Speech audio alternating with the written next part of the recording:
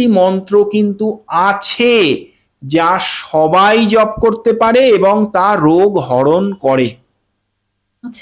আছে, কিন্তু সেটার খবর আমরা কেউ রাখি না। তাকে বলে নামত্রয়। বিষ্ণুর তিনটি নাম অচ্যুতানন্দ গোবিন্দ, অথবা অচ্যুতায় নমঃ, অনন্তায় নমঃ, গোবিন্দায় নমঃ।